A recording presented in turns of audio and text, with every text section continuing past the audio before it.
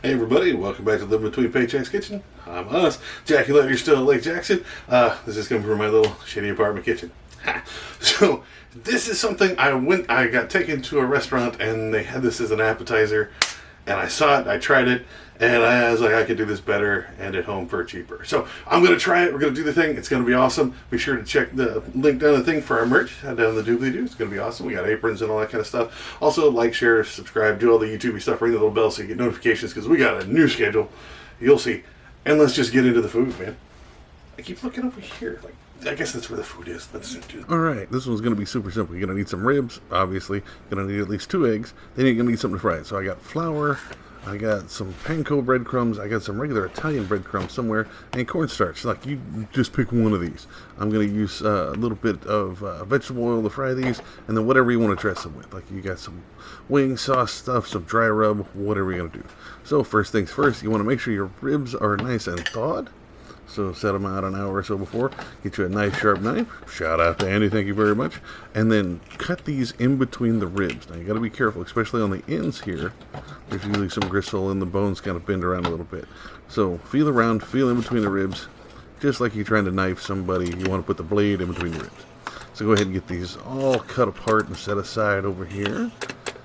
Which, I don't know why I'm showing all of this. So there you go. So the easiest way to do it is to get you a bowl and a plate and get you a little setup. You want to start out with about 2 eggs. Sometimes it takes a little more, especially if we're going to use 2 coats. But go ahead and put those eggs there. Ignore my horrible shirt and my belly just being in there.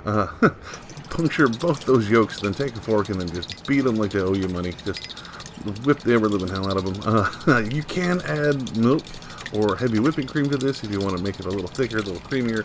But I'm trying to keep my budget down because those ribs were like right at $8. Alright, so you want to get this till it's nice and thin to where you don't have big pieces of egg in there to stick to. Then get your breadcrumbs or whatever you're going to use and put them out on this plate here. Just give me a little bit, just a little base. Like I said, I'm using the Italian breadcrumbs. You can use any of the other stuff. These just look prettier. So get your ribs. Just run it through that egg real quick, right? Be sure to get all of it. That inside edge is going to be a pain in the neck. Make sure to get all the drippy parts off. Then put it right in the breadcrumbs. Try to use 2 hands, like one to grab the egg and one to do the crumbs, or you're just going to end up battering one hand completely.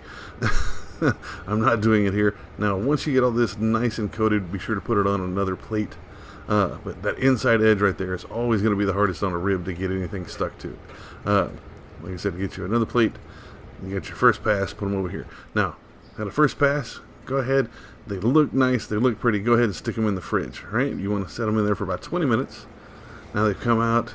Now you can cook them right as they are, or you can do another one. If you're a little short on eggs, go ahead and add another one.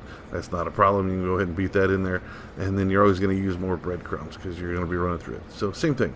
This just came out. Being in the fridge helped it. It solidified a little bit. So just run it back through your egg stuff. Nice and drippy. Put it right back in your breadcrumbs. Be sure to batter that hand nice and well. And then just do the whole thing second time. I always like doing 2 passes on it. A, it fills it in, makes it look better.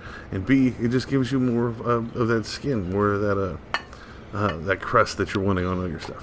Now get you a decent sized skillet, put it about medium high. You want it high, but you don't want it bubbling and cracking and coming all over the place. Now get you some vegetable oil, and you want to put about a cup to a cup and a half. It depends on how deep your skillet is. Remember, as you put your ribs in here, it actually raises it up because, just placement, so that'll work. Let that nice and warmed up. You can always kind of feel how warm it is, or you can stick your finger in it like an idiot, like I've done that before. Just go ahead and put these in here. Again, you don't want it like bubbling over the top and like splashing and popping and stuff. You just want a nice slow bubble just around the meat that's in there. Now, the more you cook, if you got to use more than one batch, like it's going to bubble up as some of the breading is coming off. And I'll give you a look at that later. So once it's in here, give it 5-6 minutes. It depends on your cooking, on how hot it is on your stove. So you want to get on this golden brown here. Like, don't go by the time. Be sure to check it, flip it over. The ones on the inside are going to cook a lot faster. So we get it in that nice golden brown. Get you a paper plate. Not as cool as my paper plate or my regular plastic plate. You can get your paper towel, put it on there. So you get this nice gold brown all the way around. I did about 6 minutes per side, but again, just check them. Some of these are going to go ahead and stay, so I left those in. That's that bubbling I was telling you about. Your breading is coming off, staying in there, so that's what it looks like. It's not anything going wrong. It's not something bad. That's just what your oil looks like. So, now, as soon as you get it out, you want to do the dry stuff, do the dry stuff immediately. The rest of the stuff you can kind of wait on. Oh, I'm going to show you this quick trick I learned with this ranch stuff. Get you a bowl, ramekin, whatever you're going to use. Get you a little bit of ranch in here, and then get some of this stuff.